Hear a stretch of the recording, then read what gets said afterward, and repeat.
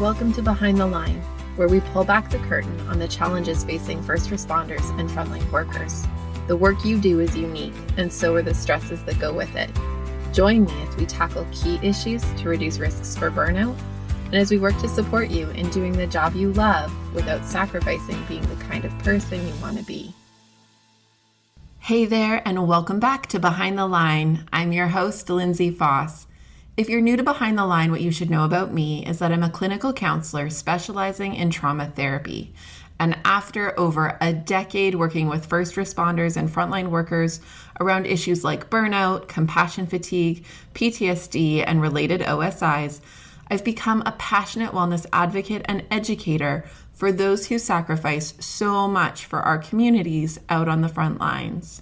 Behind the Line is a place for us to talk about the real life behind the scenes challenges facing you on the front lines. I created this podcast with the hope of bringing easy access to skills for wellness, allowing you to find greater sustainability both on the job and off.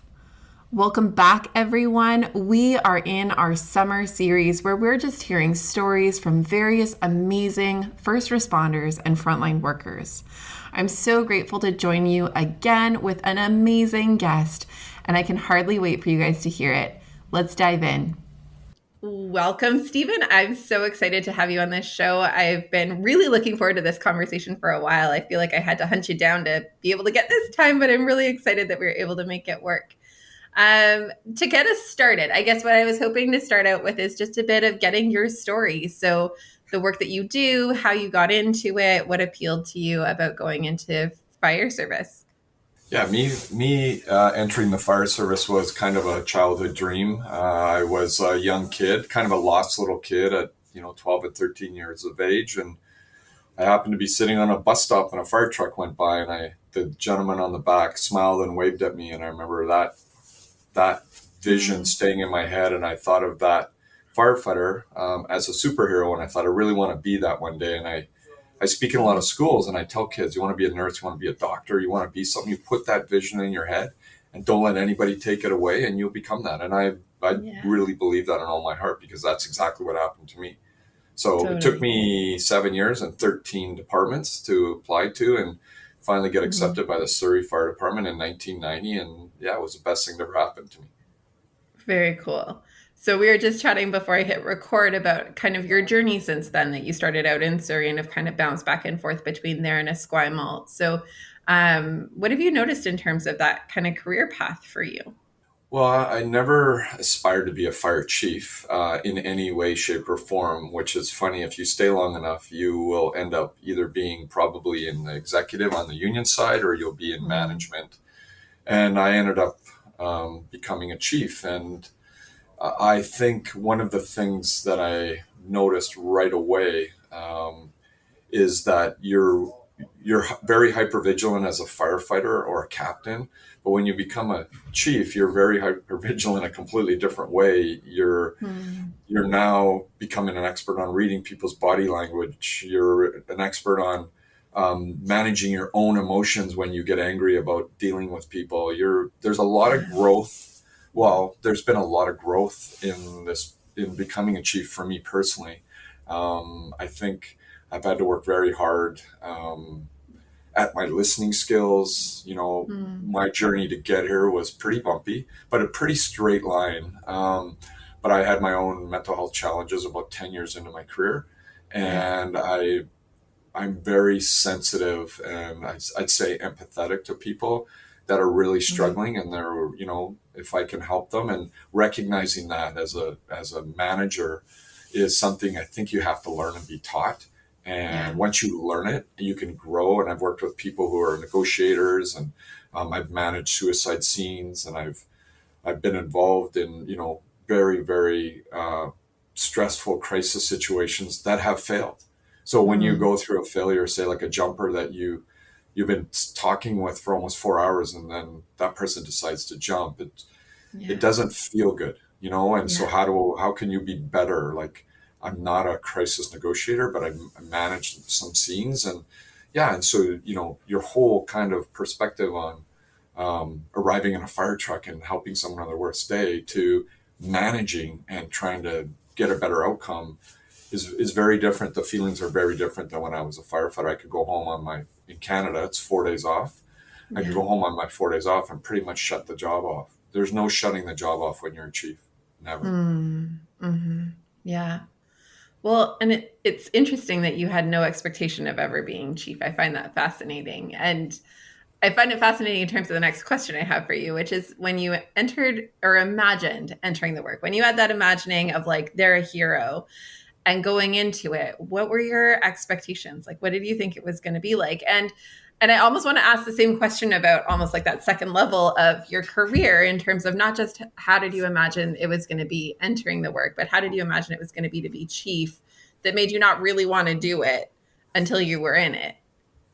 Yeah, you know what? I would say for the first year of getting hired in Surrey, big department, real calls, everything from shootings to fires to overdoses to gang violence. Like you're a real first responder in a way that you see everything and you go to sometimes over 200 calls in a day, that department. Yeah. So you're busy. You're very, very focused, but I did find it quite easy to shut off until I had my own, I'd call it mental health crisis. I really didn't feel like I was affected by anything. And it kind of blindsided me, to be honest, because I was one of those firefighters that loved coming to work. My wife would say, he's got two families. He's got Mm-hmm. us, and then he's got his crew at the fire hall. And Yeah. she would always bug me which one I liked the best. And I said, I like them both. It's like, They got different pros and cons. yeah, I loved my job. I only had one really, really tough year. Mm. And aside from that tough year, I just smile thinking about my career. So, Yeah. Yeah. It sounds like then it really surprised you when things took a bit of a turn. So tell me a little bit about that. Like where did it feel like the expectations then didn't continue to live up to what I love my job piece where things yeah, got harder? I still love my job, even going through that part. But I had rules in my head that first responders, I work, me and some other firefighters, we instruct behavioral health. It's basically Mm. it's mental health first aid, but it has a different spin on it for first responders. And we talk to first responders about rules in your head. And I tell this story. I had rules Mm. in my head that kids shouldn't die. So when I Mm. would see Yeah. a dead child, it affected me.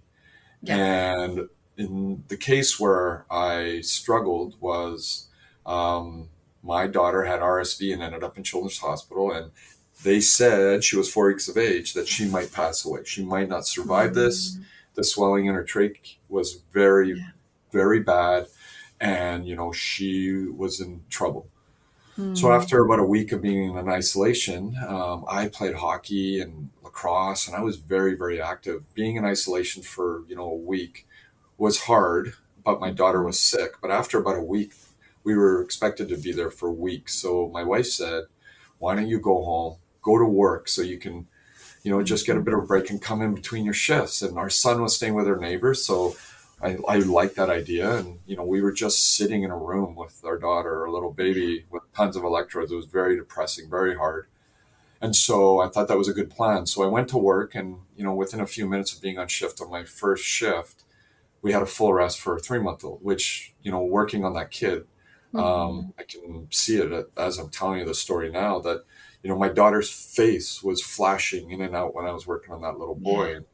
And, I had another call on the night shift, 11-year-old girl, not wearing a seatbelt, ejected from a vehicle, did CPR on her all the way to Royal Columbian Hospital from Surrey. Mm. She passed away. And then we finished that week off with mom in a very low income area, did too much crack. Baby was on her lap and rolled off and suffocated in the couch. And so, you Mm. know, 3 CPRs in 1 week. I developed something, I'd call it the flu. I developed not being able to function. I mean, I couldn't think clearly, anxiety, certainly depression. And then I just tried to plow through it. And I was an avid drinker, and drinking was kind of my go to thing. I didn't use any other drugs, but I just really, really tried to make those feelings go away, but I couldn't with alcohol. So Yeah. for me personally, I started to, I call it go into a tailspin, and I definitely did. And then my daughter came home and started to recover over the next several months. But my wife knew she had an issue with me and she didn't know what it was. And I was Mm. trying to protect my relationship with my wife and my relationship with alcohol. And, I got in a bad, bad way. And, some firefighters came to my house and my wife reached out and said, I'm worried about them. And so they came in and I spent over a year in clinical counseling, Mhm. changing the rules in my head. And the rules that I changed were, the rules were, kids shouldn't die. And I changed those rules to kids will die because that's the profession I'm in and I Yeah. will see it. I don't like it, but I can get through it. And changing little rules like that are very important for first responders. And same when I'll give you an example. I managed a jumper call and, he decided he was going to jump and he jumped. My rules in my head now are, um, I, that was not a good outcome, but it is what we do. And that person, for some reason, needed to end that pain, and he is no Mhm. longer in pain anymore. And so those rules in my head are my survival skills. Yeah. I have lots of history with suicide. My own brother took his life and phoned me the Mhm. the day he took his Yeah. life and told me basically, I'm going to take my life. And I just said, I can't do this anymore because he had told that to me dozens of times. And I Mhm. pretty much hung the phone up on him, only for him to take his Mhm. life. Yeah. So you wear that. And when Yeah. it's your family or friends, I've had friends take their lives, very hard to change those rules. So I Totally. accept that, right? So I accept my factory settings. I accept that I'm a human being. I accept that I'm emotional. And, it took a lot of work to get to a place where I could actually do self positive talk and tell myself Yeah. it's okay to cry on your way home from work. It's Mhm. okay to get emotional. Those things are okay. And yeah, I really, in the last, decade, I've really got to know myself. And I think that's what first responders don't necessarily do. Like I had a bumpy childhood and, there's things I didn't deal with. And if you're going to come into a profession like policing, paramedicine, or firefighting, and you've got a lot of things from the past that you haven't dealt with, I mean, Gabor Mate speaks to it very well, is that it Mm. will stir things up. You will probably go to a traumatic call and you will be affected because there's only so much space you have up there and you're dealing with all this stuff from the past. They call it the duffel bag, right? You know, Totally. duffel Yeah. bag overflows, but it's not necessarily that traumatic call you went to. It's all of those things. That was just Mhm. the Pandora's box, the opening of the duffel bag. Yeah. And then once things start coming out, they keep coming. There's so many great pieces that you've just opened. I love it so much. The piece about the rules in your head in clinical counseling, we talk about this idea of shattered assumptions. And it's this idea that we are all walking around with base assumption at all times, right? Like, I think one of the ones I use as a really easy example often is when I get in my car, my base assumption is I'm getting to my destination safely. I don't for a moment pause and question that. I hop in my car, turn it on, and drive, and I don't think more than 2 seconds about any of it, right? I just go. And it's not until a bad thing happens that shatters that base assumption that interrupts that. And when we have a shattered assumption, when it's been shattered, we suddenly become aware that we had the assumption to begin with. But until then, it's very subconscious. Like we're not aware that we're walking around thinking kids shouldn't die. It's just built into us that we expect that kids shouldn't die. And it's not until we're confronted with these experiences that break that over and over again that we become aware that, oh, I've been walking around with this assumption that suggests that this isn't okay. And yet I'm confronting it over and over and over. So it must be a thing. And then how do we reconcile that? Right. So, like for people who have been in a car accident, the really tricky part is how do I get back in a car and do this again when I've had this assumption broken? And so my ability to trust my own safety feels disrupted, right? First responders do this on a scale of like times a bajillion because you guys are constantly confronting those kinds of pieces that normal people, quote unquote, normal people, everyday people, get to hold many of those assumptions without ever having them confronted, right? They live with similar assumptions and they never have to have them broken. but you guys go into situations where they're broken constantly and then have to do that process of reconciling it. And if we don't have a roadmap for even knowing that I'm going to have to do that, then we do things like drink because it is easier. It's a way to default and not have to figure out the process about it, right? And so it's a coping mechanism to be able to survive in the midst of it. Right. And that's, I was trained by my parents that drinking was the way to manage things like anxiety and depression. And it was Right. okay. You don't necessarily listen to what your parents tell you, but you certainly see what they do. Right. So as a Totally. small kid, you pick up these lessons in life and you use them. And then even though your self-talk might be denial and things that, I'm not like them, I don't do that. But in a lot of cases, you end up being very similar to your parents. And Yeah. especially when it comes to coping, right? So, Yeah. yeah, you always got to work on yourself, and I do constantly. And I realize, I'm at the top of a hill, and I'm probably as resilient as I've ever been in my life. But I don't take for granted that I could slip back there at any time. And Yeah. breathing and positive thinking, and you know what, being emotional, whether it be laughter or crying, those are healthy actions. And to suppress crying or emotions is not healthy. And so, for people that battle depression out there, and they're in denial, it's your life can be very sad if Yeah. you don't have the courage to recognize some of your factory settings that you might need to expose to yourself, even, right? Like, Mm. Brene Brown is one of my favorite leaders because it's really courageous to show vulnerability and Yeah. step into a forum where you don't necessarily know the outcome. And we do that as first responders all the time, but to do that personally, it's terrifying. Like, you talked about a CTV article. I mean, I published a book when I was an operations chief that is very, very personal. And I Mm-hmm. can tell you it was one of the most terrifying things I've ever done in my life because there's credibility at play. Yeah. I'm not saying I'm super respected, but I hold a position that's respected. And, Totally. and so to do that was terrifying. But it had sat at a publisher for over a year, and there was a suicide by a RCMP member in Richmond, a young female officer who shot herself because she got in trouble and didn't know her way out, and she thought ending her life would be the way to go. It frustrated me. So I felt like I could get hit by a bus tomorrow and I need to push publish. So I did. And you know Mm. what? I had zero negative feedback. Not that I know of. I haven't had any negative feedback from publishing that book. In fact, I mean, CTV, CBC, all the big newspapers across the country, over 60 newspapers ran that story. So Yeah. I got nothing but compliments and, nice, kind notes. And so that took me by surprise that, people Mm. are ready for not just Brene Brown, but for everybody to, just show vulnerability. And yeah, it actually felt good. Yeah. I mean, I think that to some extent, everyone is experiencing just a sense of isolation. I think to some extent, it's why this podcast happened and why it matters to me is that, like I get so many people who come into my office and they're sharing their stories individually in this private, confidential setting.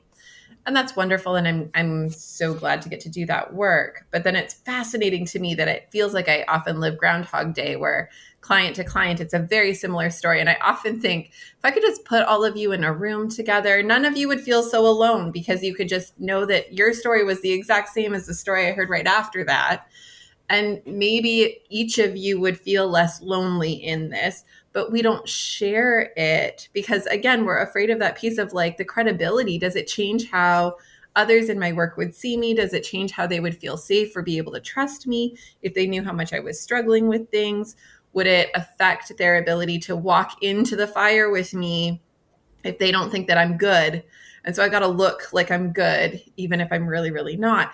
Right. And so I think to some extent, the emails I get in response to this podcast are like, thank you so much for sharing about this. Hearing that one person's story really echoed my own or whatever. And it just really reaffirms that that's so much the challenge that we're still facing is that stigma around sharing. And yet when you do, you see that there's like this craving for it, that when you publish this book, the response is really, really positive from people. Like, people want more of that. They want more authenticity. They want space to be human and to have their humanness be okay. And it's really, really cool that when there's these little pieces that we can put out into the world, that it creates a little bit more space for that. I think that that's a really fantastic outcome of your book. Yeah, it's interesting. Life is a journey, and the subject is yourself, right? Like, life is school, and the subject is yourself. That's what I tell kids when I speak to them. And I got asked by someone once, those three kids that passed away, like, what was it exactly that bothered you? And I said, well, it was lots of things. It was, no one should have to do CPR on a little kid, Yeah. but doctors do it every day. You know what I mean? No one should have to die, but people die every day. Like, there's all these things. And it's interesting because somebody said to me, are you over that call now? And I said, well, I don't know if you ever get over. I said, one of the things that still bother me, and, I've accepted in clinical counseling, was the last baby was 2 months old. I don't know if that was a boy or a girl. And I can see the diapers as I'm talking to you right now. They had they were either sails or they were rainbows. That there was white diapers with curly black hair, and I don't know if it was a boy or a girl. So my clinical counselor said, you should refer to that baby as a boy sometimes and a girl sometimes, or just a baby. And you will never know that answer. In fact, one of the guys that was on that call with me, I asked, what do you think it was? Like, let's guess. Yeah. And we couldn't. And so that was one of the weird things that bothered me about that call. I couldn't determine the sex of the baby we were working on. And that bothered me. Why should that bother me? It really shouldn't. It's not really a big deal in the grand scheme of three kids dying. But that's one of the things that has bothered me, that I never knew. And what's interesting? It's kind of about like how we fill out a story, right? Like, we like to know a story, and we like to fill in the gaps to a story to make it feel complete and rounded out. And it sounds like that's one of the details your brain really got hung up on in terms of trying to fill out that story. Yeah, and firefighters especially, police officers maybe a bit more, but firefighters never get to know the ending. I mean, Totally. rarely, right? There's no closure for us. And so that's one thing that makes, paramedics usually can find out. They can find out. Police They can can't get find access, but they also often leave before they really know. Yeah, Right. totally. So Yeah, we it's we don't for we sure don't hard. get a lot of closure, right? So Yeah, totally. Yeah, it's hard to know. I did this big job, and who knows if that panned out to something good or not so good.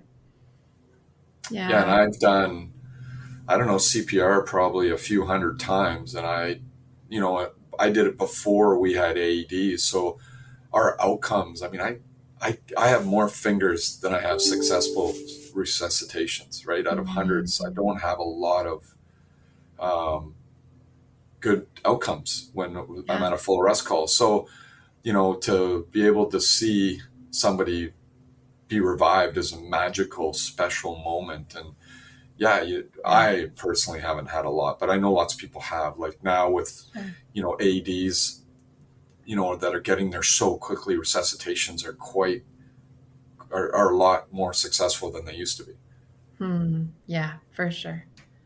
I think there's this other piece you brought up that I kind of want to name for a second, because I feel like I hear it a lot in my work, and it's the piece about the calls that tend to feel like they add up to break us a little bit more tend to be the ones that also overlap quite strongly with our own personal stories. So, to have several infant deaths in a span of time where your own infant is in the hospital, like that almost becomes this like perfect storm situation, right? I've had a lot of people similar to you talk about, I have a history of suicide in my family. And so suicide calls feel like they differently destabilize me compared to other kinds of calls. I could do other kinds of calls all day long, but those ones are the ones that really set me off. I've got several people who talk about where geriatric patients are the ones that really bother them, or calls where there's abuse involved, right? Like, everyone's kind of got their thing that is really, really hard to face. And often it does layer quite closely to their own personal stories and the things that have been hard for them, either recently or earlier in their lives. Yeah, lots of first responders that have reached out to me. A lot of past trauma, like Yeah. lot of people that struggle have had abuse. Yeah. um, I, and if they read my book, they talk about my childhood. But one thing, I was never sexually abused. So for me, my trauma is really about um, just dysfunction. I think it's a Mhm. classic low income dysfunctional family. And when Yeah. you're a kid, you just think everybody's like that. And Yeah. things you did, and, I was a bad kid. And, I look back on my life and my childhood, and I was very embarrassed of it, ashamed, to be honest. But I was also ashamed of my parents. And for a long time, I blamed my parents for everything. But really, it took me a long time to hold myself accountable and look back and say I did all those things. But you know what? I'm not that person, and I've tried very hard to be kind, empathetic and compassionate towards people. And I think that upbringing created that for me. Like, I don't think I become this person unless I did all those things and went through all those. I became something out of that. So then, and a lot of first responders that reach out and talk to me about shame. And for men especially, when Yeah. you feel shameful, and then you lose your sense of purpose, that is when suicidal thoughts start to creep in, and then lack of sleep. Yeah. And then in many cases, that's where people get close to the edge, is where they start thinking about not so much that they want to die, they just don't want to live anymore, right? They Yeah. get The shame hole is a very, very secretive, dark place for people, especially men, because more men Yeah. take their own lives than women. But that's quite common. And the sleep piece build up to that moment when they take their lives is also quite common. And manic behavior, and recognizing someone who might be taking their life is hard. But when you look back, sometimes it's not as hard, because I know 3 firefighters in one department who took their lives within 1 year. And when you look back, you could see the signs. But Mm. it was easy to discount them when you're working with them, right? Yeah. It's easy to say, hey, in one case, one person was super happy, who had been very depressed for a Mhm. long time. They were buying people the dinners, they were washing their car, they were quite happy, which made everybody feel happy. But the reason they were so happy is because they had made their decision and they were saying goodbye to everybody. Mhm. And they Yeah. did. And so, understanding those little pieces of recognition of someone who's troubled, and the signs are the classic ones, as you well know, are, when someone attaches a positive statement to them not being here anymore. That Yeah. could almost be an emergency, right? Like, the Mhm. crisis line is a very, very powerful tool where, with firefighters, I'll give you an example. I got a phone call where a firefighter was very depressed. We all knew this person was very depressed. And one day he said, I think I should remove the guns from my home. Mm. So we immediately acted and got all the guns out of his home. And then we went Yeah. there and sat beside him and called the crisis line. And you know what? Ended up driving him to emerge, and spent, Yeah. several weeks in a hospital bed with, care and psychiatric help. And you know what? Got on some meds, and to this day is here and doing quite well, and still married. And I just talked to him the other day, and he's playing softball, and he's happy. Yeah. But he came That's very close, right? Very yeah. close. But he had So the courage to phone someone and say, I think we need to remove the guns from my home, right? And yeah. so that's important, because a lot of people don't make that phone call, right? Mhm. So Yeah. we're talking about suicide. I can assure you that from my experience, I don't believe you can prevent it. I believe you can intervene, because when someone wants to take their life, they don't call 911, and they don't Yeah. phone a friend. They just Yeah. do it. And Yep. so that's what we all wear, right? When we have Mhm. friends who we work with that take their lives, we look back and say, I wish I could have done something, or how could they do that? It's such a selfish act. Well, actually, it's probably the bravest act they feel they're ever doing, right? They're helping Mhm. people by leaving this planet. Yeah. And you can't wear that, even though it's hard to even say that. But that's what Yeah. bothers first responders, is when you lose a friend, because you relate, Yeah. right? You Totally. relate. You Well, and I totally think relate. everyone has that story too, right? Of like Yeah. knowing someone who was just so close to them who has made that choice. And I think it does. It feels kind of scary to know that we're all vulnerable to that potential of like hopelessness and helplessness and feeling close to the edge. Yeah. It's, I spoke at a very large leadership conference, and all firefighters and chiefs, and I said, there isn't a person in this room who hasn't had a suicidal thought. And I don't necessarily mean suicidal ideation where you're thinking of taking your life, but you have Right. thought about suicide, right? You Yeah. see it a lot. And so it creates I almost want to say a creative thinking pattern about suicide. I've seen some very interesting ways people have taken their lives. Mm. You don't forget those, right? Jumping Yeah. off a building or bridge, or in Surrey, the Patella Mhm. bridge is the go-to bridge, but it used to be the Port Mann, but the new Port Mann's a lot more difficult. I have been to jumpers on the new Port Mann, but it's rare. And, Mhm. people go to bridges, and I learned a lot about bridges. I worked with a California Highway Patrol officer by the name of Kevin Briggs, and he taught me how to intervene with someone on a bridge, and body language, and how you speak and ask permission to talk to them. And this highway patrol officer would deal with 10 people a month, and he's Wow. talked Yeah. hundreds of people back onto the right side of the rail. And so I wanted to Mhm. learn that skill set he had. But, he would say I'd be talking to someone for 2 hours, and we'd having a great conversation, and normally get them food. And once they take the food, you're there. And then he said, you know what, Kevin, it was great talking to you. I got to go. And he was gone. Mhm. Right. So you just, when you're a first responder, you do your best you can do, and then you try and wrap your head around what just happened, right? And that's where clinical counseling comes in. You get into our head, look through our eyes, and help us unravel it. And that's where the connection is, right? Like, I've seen many clinical counselors that I never connected with until I Yeah. found one that I have. And my clinical counselor now is a former police officer. And so I always say, you get it, right? Like, you get it. Totally. Because she does Yeah. get it, and she gets me. So it's all Yeah. about that connection, right? So Totally. connecting with someone and being able to talk, and the clinical counselor getting inside your head and seeing why you're struggling and helping you unravel that's where Mhm. the magic is, right? There's no magic when it comes to mental health, but the magic of getting better is that. Behind the Line is sponsored by Beating the Breaking Point. Beating the Breaking Point is a 7-part online training program designed specifically for first responders and frontline workers, and tailored to fill the gaps in your training to support resilience and sustainability. Whether you're new to the work and wanting to cultivate tools to prevent burnout, compassion fatigue, and related concerns, or you are deep into your years on the job and have gone a few rounds with burnout and other mental health challenges, this program offers the foundational pieces you need to support personal and professional wellness for the long haul. You are a helper. You love your work and you sacrifice a lot.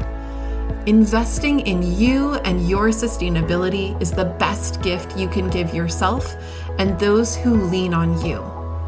We make this program as risk-free as possible by offering a limited money-back guarantee to ensure that it's a fit for you.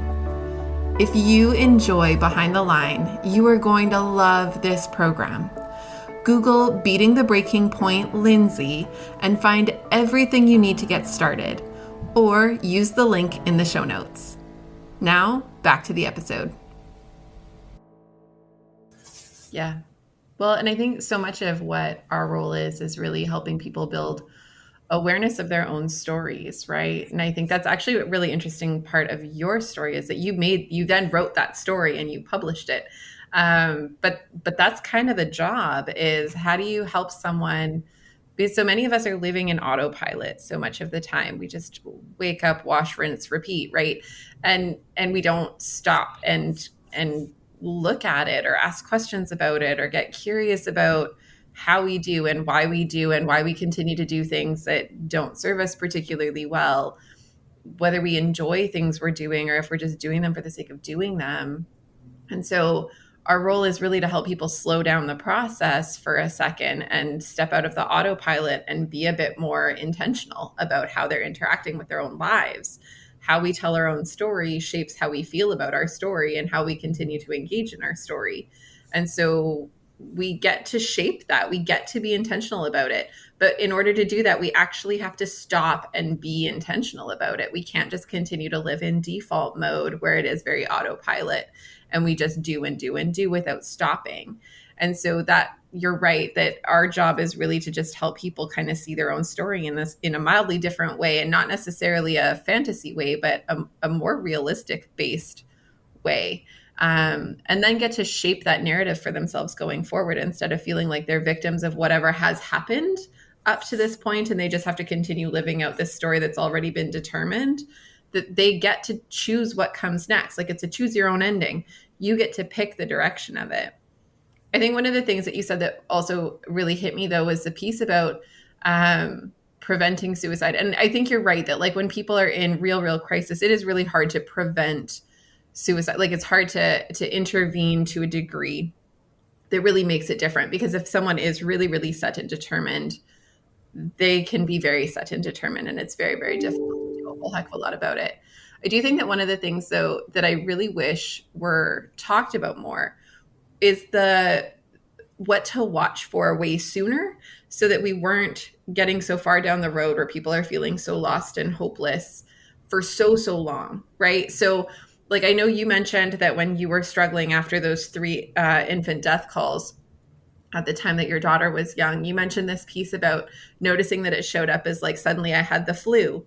And then, right, like, there were these various symptoms that became indicators that I'm not doing great, right? And I think one of the really fascinating things that a lot of people don't talk about is that PTSD can manifest itself physiologically in body-related illnesses, right? So we talk often about, like, the different mental health signs and signals to look for, but we don't necessarily talk about the physical signs and symptoms to look for, right? So we talk about things like if you're numbing out a lot, or if you're noticing that you're drinking more, or if you're noticing that you are missing things, or if you notice that you're vigilant a lot of the times, that means PTSD. But PTSD can also be showing up in ways that are very physical. And it's actually interesting because we did an interview with a retired RCMP officer, Jen Pound, and she talked about that as well, that her symptoms were entirely physical.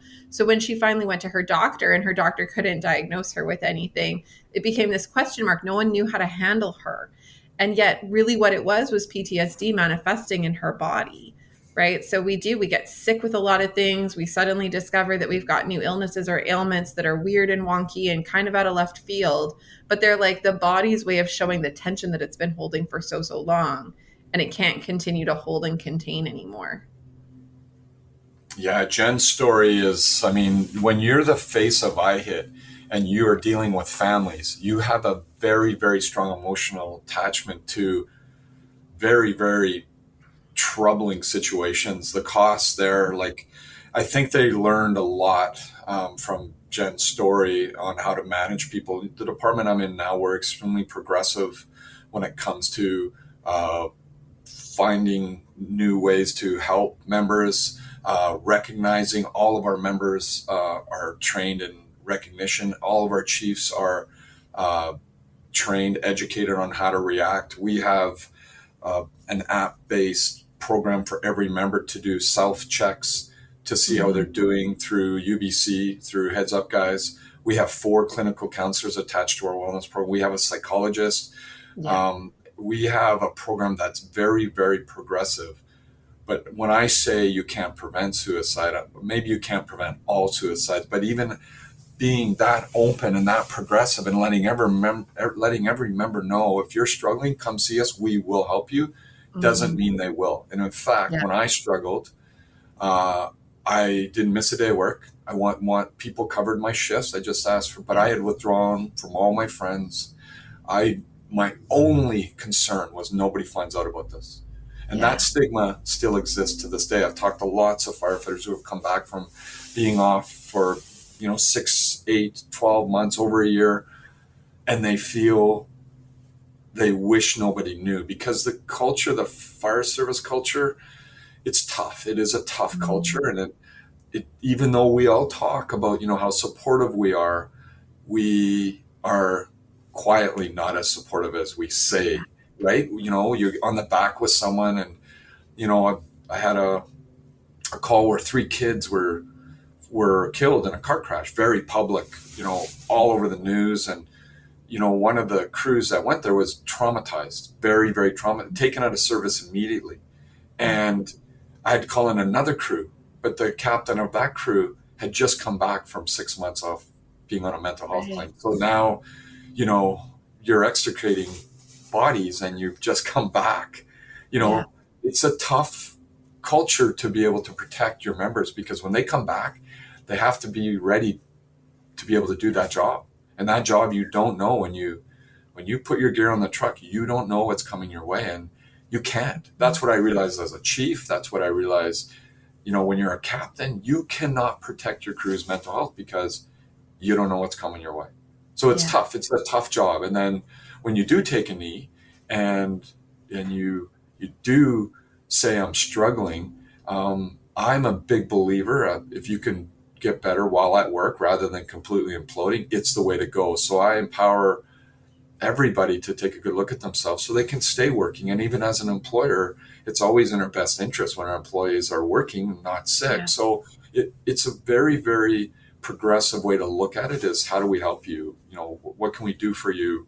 How do we support you? And for the most part, it works pretty well, but it is not perfect. And we're very progressive and open department on mental health. But right now we have 1/3 of our department off. That's how we're struggling, like everybody else. These are tough times. COVID has really affected first responders. And Yeah. my book's called The Unbroken, and I consider myself one of the unbroken. But I certainly broke there, but now I'm unbroken. But there's a lot of unbroken people holding it together to continue to, especially nurses and doctors. Like, it's Mm-hmm. just, people are just continuing to plow through this. And yeah, it's tough. It's tough to watch and tough to do. So that's where you can't even get into a clinical counselor. That's I why know. we have 4 attached to I our know. department, because our Yeah. members can't get into them. Yeah, I know. We have the same kind of challenge. I have a contract with a first response organization, and I think, one of 6 connected to that contract. And thankfully, they've let me subcontract it to others within my team, because I can't take any more. And so I'm often rediverting after they've called all 6 on the list, and none of us can take them. I have this little angle that I can redivert to another person on our team who isn't directly named in the contract, but I can divert to. And thank God for that, because I think that's the only way that we're continuing to maintain the level of need that we're seeing come through that contract. It's a lot. And it's been a lot for a long time. Yeah, and the missing piece that first responders are not very good at is the family piece, right? So we have such a high divorce rate in Yeah, policing, it's true. fire, and paramedicine. And one of the things that we're better at least in our department, is like, we have a clinical counselor set up for our firefighters' kids, so Yeah. that once you hit 12, you have the access to talk to this clinical counselor. Because if our families aren't doing well, we're not doing well, right? And we come to work, and we're divorce is still quite high for first responders, and Mm. it's because we don't address that piece. So as a department, we address that piece. We want to Yeah. help you, your spouse, your partner, and your kids, and we want to make sure that we're there if you need us. And it took us a long time to get there, but I we're love there. that that's a thing you guys are doing. I think that that's really rare but lovely. Yeah. I think that if I wish that there were more things like that that existed, and more intentional leadership that oriented to some of those needs, because I think it would make a huge difference if we saw that on a broader scope and scale across the board, rather than that being the exception. If it were the rule, that would be a really cool piece. Yeah, you know what? Clinical counseling for members that haven't imploded yet is Yeah. preventative maintenance, right? And I talk about it. I try and go once a month, and some days I sit down and I really got nothing to talk about. But you Yeah. know what? It's part of my preventative maintenance, and I empower people to do the same and just kind of get in a routine, like, just work on yourself, figure out what questions to ask before you go in. Like, I had a person phoned me about a week ago, and they were in in a store, and they were having this, said, like, a battery in their chest. And I said, you ever had anxiety before? And they're like, no. And I said, okay, I'm going to give you some breathing tips. Mhm. Try this next time it comes on, and focus your breathing. And so they said that, that they came back and they tried it, and they said, that works. Where did you get that breathing? And I said, well, I actually had a breathing coach because I had to battle anxiety. And, one of the ways to calm my anxiety was to change the rhythm of my heart, which you can do through your breathing. So once you Totally. learn things like that, right, and Mm-hmm. you can use them. And, I have lots of people phone me when they're scared and I'm having a Yeah. suicidal thought. And, I don't want my wife to know. And I said, okay, go up into the shower and turn it on cold. Why? Just go do it and phone me back. And they're like, Yeah. okay, that was amazing. I go, yeah, you just took control of your body. Your thoughts, right? You just told your body, I'm in control. So I know you feel like you're losing control and those thoughts are creeping in, but you can control them. That's why you need to go to a clinical counselor, is to figure out Mm-hmm. why you're having those thoughts and then how to control them. And they're like, okay, I'll go right away. I'll book an appointment. Book the appointment. Good luck. It'll take 6 months, but I'll get Yeah, there. Yeah, yeah. totally. That's, I mean, the challenge of the now. But to some extent, that was one of the other reasons that this podcast felt important, was how do we disseminate those tricks? Because some of them aren't rocket science. Like, they're not like secret tools that clinical counselors are like hiding from the world and only offering when you pay $150 a session. It's something that we want people to know about. It's just really hard to get people to know about them. And so we've done so many episodes that have really just been focused on how do we give some grounding tools? How do we teach some breathing techniques? How do we give some of these tips and tricks that I feel like I'm talking about to people all the time at my day job? How do we make that more accessible so that people can maybe, and especially for those people who aren't necessarily in need of like high crisis intervention, they're doing okay. But to have these tools would let you do okay a lot longer than if you didn't have them, right? And it helps you notice what you need to notice a little sooner instead of, waiting until you're so far down the drain that now we are in crisis mode or verging on it. How do we catch that a little bit quicker? And so many of the episodes that we've done have been talking about those exact kinds of tools, because it's so great when we have access to them and don't feel like there's something that we have to phone a friend to get in the mall when I'm having a panic attack or whatever. Yeah, all of our firefighters have had training on getting in the now, regardless if they like it or buy in or not, they still get the training. And it's just things like, you get out into nature, those trees are giving off microbes. And by standing next to a tree, I know it sounds crazy, Mm-hmm. it has a healing presence. If you really want to get deep into that, take your shoes off, stand there in your bare feet and look at that forest you're standing in. Those Mm-hmm. trees are connected by roots under the ground for thousands of miles. You just became part of that connection. Like, it's just little cool thinking techniques. And you think about breathing, it's been around for thousands of years. It's the basis of meditation. That's why meditation works.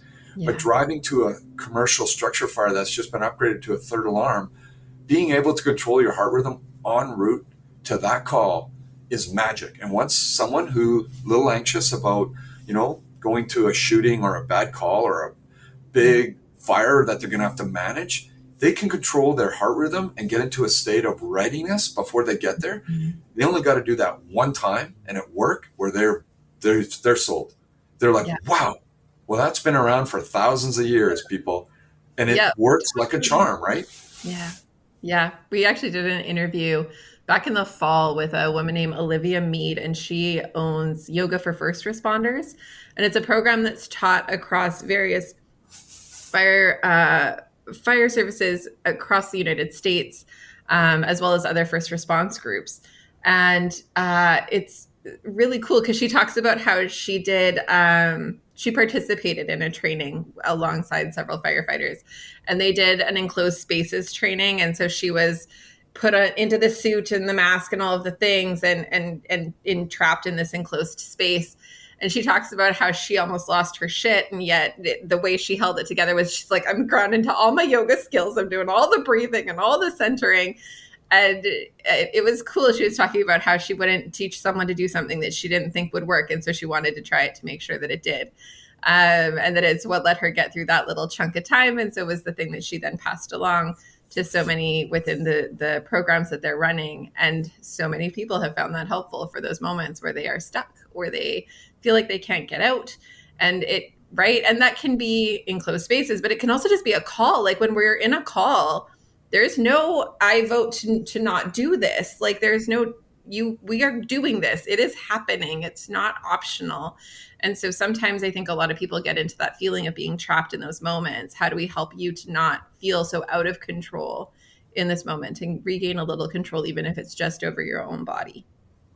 Yeah, and preparation, like if you look, I'll give you an example. I've done a lot of deployments into the wildfires, and one time I was in a place in the Caribou, and we had firefighters spread all over the place. So we worked for pretty much 2 straight days, but we had to get to sleep. So we created a night shift, and the fire was coming down the mountain to where we were, but we had to go to sleep. And there's so many little hacks for you to get sleep. Like if you look at what the work Navy SEALs do when they're in a very hyper vigilant place and an unsafe place, they will, sleep for 10 minutes. They'll put their legs up on a log or on a mattress, and then all the majority of the blood's down in their torso area. They will close their eyes and imagine that they're in a safe room in a hammock and it's dark, or in a boat in the middle of a lake. Like they create this safe place in their mind for 10 minutes, and they pretty much get 10 minutes of restfulness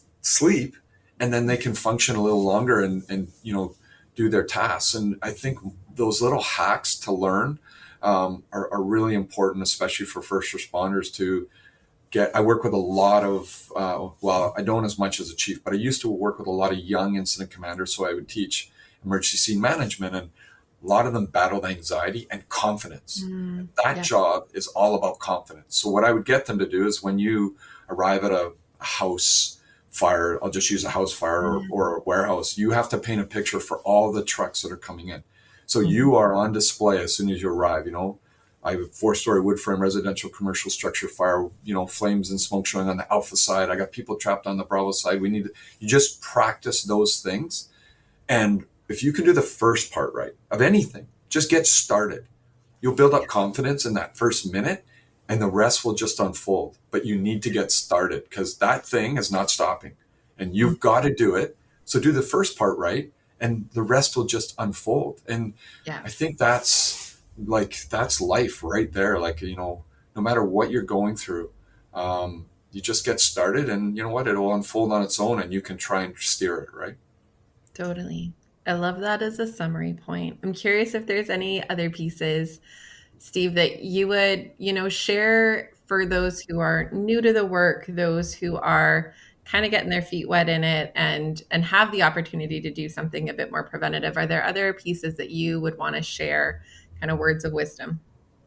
Yeah, I think if you're a first responder, I think the greatest thing you could learn early is detachment. So try not to bring your calls home to your family. And one of the ways to do that, like Jocko Willink is actually a Navy SEAL, and he's an expert on detachment. So like not wearing your uniform home.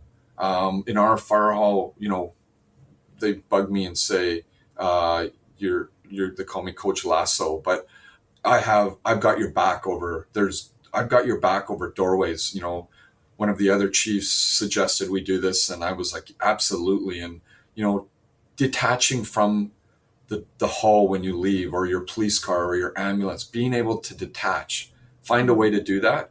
And sometimes it's walking into the forest like we talked about and looking for 3 shades of green, like actually consciously making yourself detach, right? Yeah. Cold water is a perfect example. You have no choice but to detach, because you're like shocking your system. Like find ways that work for you to detach and leave that at work. And I think if that's one thing a new first responder could learn, it will allow them to retire healthy and happy.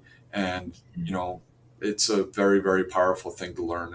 And I didn't learn it. So I kind of learned it the hard way, where I had to learn it because it was affecting my family. It was affecting my ability to sleep.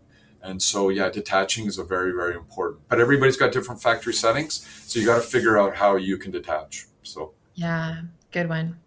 Well, and detaching is like a learned skill, right? Like most things, we don't, most of us don't have that in our factory settings to be able to just cut something off there and carry on. And so the really hard thing that we're fighting is our own humanness, which is one of the things I talk about a lot, is that like no one's actually wired at their factory settings to do this job. No one is built for this without it being something where I often say that no one comes out unscathed. Like we're wired in a way where these kinds of jobs will do some amount of damage because that's the nature of the job and the nature of how we're wired. Learning ways to kind of close the book on today here and then open the book on today when I go home. And that detaching piece, you're right, is really important. We often talk about this idea of how do we kind of make that transition. So how do we kind of end the day at my job and close that and make it feel like I can look at that and tell the story of what I did today in a way that I can feel okay about, right? There were really hard things. No one should have had to have seen what I saw today. And yet I did that. I can feel proud of the work I did. I can know that I responded in my best ability, etc. Can I tell that story in a way that lets it feel closed for today? And then can I have like a transition ritual that helps me move from A to B, where I then open up the story of when I walk into my house, the kind of parent I want to be, the kind of spouse I want to be, the kind of, household contributor I want to be. And how do I create that transition period? So whether it is going out in nature or if it's like listening to my favorite music in the car on the ride home, we often talk with people about creating like a transition activity between A and B. So like for a lot of people, going to the gym in between, blaring my music and kind of getting the day out of my system can be really key to that. And so just like little adjustments that help us make that shift so that I can close the book on one and then open the book to the kind of person I want to be in my home life on the other side of it without feeling like it's all trailing together in this like unending loop.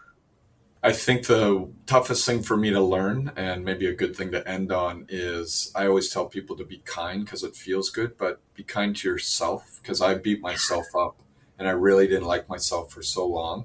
I think if you can find a way to be kind to yourself, it's okay to struggle. It's fine. It's okay to have emotions. All those things are okay, but you really got to cut yourself some slack when you're feeling crappy, and it's hard to do. And I had to learn it. It was very hard for me to learn. But that is one thing I think is really important, is being able to be kind to yourself. Yeah, totally true. All right, Steve, it was delightful getting to chat with you, and I'm really excited to have the opportunity to connect. I am excited to be able to post some links in our show notes to your book and your podcast and some of that jazz. So if those who are listening want to go check it out, they can find out all about you. So I will make sure that that's all available in the show notes for those listening. Yeah, thanks so much for having me on, and thanks for helping first responders. You bet. My pleasure. All right, we'll talk to you soon. Okay, take care. Bye-bye. I want to say one more big thank you to my guest for today. It is so wonderful to get to have this opportunity to talk to some incredible and amazing people who have been out there doing the work, seeing the stuff, and figuring out how to hold it differently. I'm so grateful for the willingness of these incredible people to jump on with me, share their stories, and share with you the various ways that they're learning and finding to move through this kind of work with some amount of sanity intact. I think we can all take something really special from that. As we wrap up today, I want to encourage you to please reach out and connect if you have any questions or feedback. You know I love hearing from you and shaping this podcast to echo your needs and interests. I also love hearing about what you're working on and how you're using what we talk about on the show. You can follow me on Facebook and Instagram at Lindsay A. Faas, or you can email me at support@thrive-life.ca. If you have any feedback for my amazing guest today, please let me know and I'm happy to pass it along. I continue to be so amazed and inspired by this community that we are building and creating together. I'm so grateful for your support and that many of you are so incredibly keen to share about Behind the Line to others on the front lines. Thank you so much for sharing with those you know. I want to let you know that we do have ways to support sharing. So if you reach out to me, I can send you posters and cards and all kinds of other ways that you can share with your workplace and your colleagues about Behind the Line and our other resources. Also know that you can share any of our social media posts or forward any of our emails that we send you with reminders about the show. We just want more people to be supported. Know that we can be found online on our website, on most major podcast platforms, as well as on YouTube. Many of our summer series episodes will be videotaped, and we will include those recordings on YouTube. So check those out if you want to join us in real life. Click subscribe to get alerts about our latest episodes, or subscribe to our email list to hear from me about all the exciting things we have going on and coming up. You'll find all the details you need in the show notes, and you can access our email list by clicking to get our free Beating the Breaking Point Indicators Checklist and Triage Guide, which helps you facilitate self-assessing burnout and related concerns.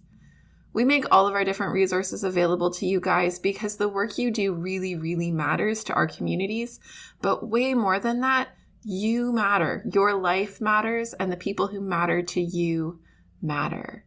And we want to make sure that you have what you need to keep up the good work at work, but as well in your very real and amazing life outside of the work. So use it and share it. And until next time, stay safe.